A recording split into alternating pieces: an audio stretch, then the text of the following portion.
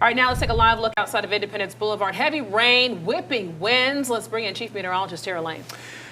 Terry, we're looking at some serious issues here later on tonight, aren't we? Yeah. Well, yeah, likely going to be hearing about more of those types of situations with trees falling on homes. Upwards of 200,000 outages right now in the Carolinas. So it's rising here as it's also moving out as well. I mean, that's the case with so many of these landfalling tropical systems in our area. It's the wind that really gets us, and that's what we were worried about. And we've been talking so much about it and showing you that map with the future wind gusts over the past several days. Up to 50 miles an hour. At last check, the highest wind gust showing up in Charlotte was about 46 miles an hour. And yeah, that's going to continue. And that saturated ground, too, with a lot of those trees, those older trees especially. Exactly. We have so many of those, of course, all across our area, not just the Charlotte metro. But as we look around right now, speaking of the trees, you can see in the foreground, you can see them blowing around quite a bit. And just that hazy sky with the heavy rain still falling. And a lot of neighborhoods, especially west of I-77, that's where we have the heaviest of the rain right now. And that's looking live from our tower camera there and over in a part of West Charlotte. But as we check out some of these storm reports, we can't just pinpoint one because we have so many. Look at these clusters of boxes, all indicative of downed trees, power outage issues, power lines down all across the area. Not so much in the mountains and a good chunk of the foothills areas too, but we'll wait and see if that changes as we go through the night. Still looking at some of those higher wind gusts from Charlotte off to the east. And again, sure enough, you can see that's where most of those storm reports are, along with the flooding threat that continues too. At least some minor flooding happening, standing water in the roads, things like that, and rising water along some of the streams and creeks around here. Several counties you can see highlighted in the green.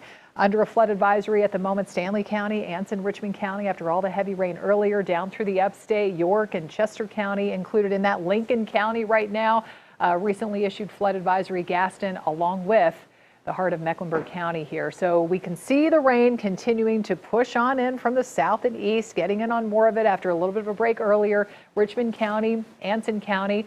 Still seeing some rain. We have a bit of a break where Shakira Speaks was standing. She was talking about that, even though the wind is still an issue, along with that chill in the air. But a little bit of a break. It's been lightening up and down through parts of Lancaster County, but we do have another round on the way as it's heading in from the south and east. And it's still really coming down from the foothills and now on up into the higher elevations. Boone and Jefferson getting in on some of the heavy rain down through Cleveland County, Shelby and Gastonia.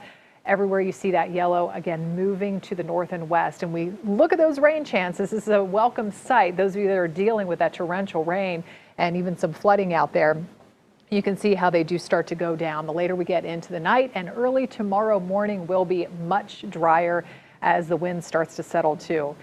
Talk about those temperatures. It feels like winter time out there, 55 degrees. We have a wind chill to talk about with that north wind sustained about 25 miles an hour with those higher gusts. And as I said, in the mid 40s range there for the miles an hour showing up in Charlotte, close to 40 mile an hour wind gusts out toward Rockingham, and not quite as high up to the north and west, but still some gustiness out there at a 43 mile an hour wind gust at last check in Chester County.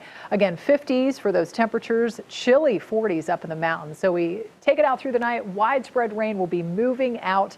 The wind will be calming down. It's still going to be a little breezy from time to time all throughout the weekend, but overall, weekend weather conditions will be much improved compared to what we're seeing out there today. And you can see that as what's left of what is now post-tropical system Ian lifts away up to the north and west. It takes the widespread steady rain with it. And even though we'll still kind of be under the influence of that throughout the weekend, so that means clouds wrapping in from time to time and some areas of light spotty rain. Same time, we'll see some sunshine, and it's not going to be a weekend washout. So there goes post-tropical Ian. What does that mean? It's just no longer classified as a tropical system. Area of low pressure, a strong one though at that. I mean, obviously the threat hasn't ended here, but it will continue to get weaker as it moves eventually into the mountains of West Virginia.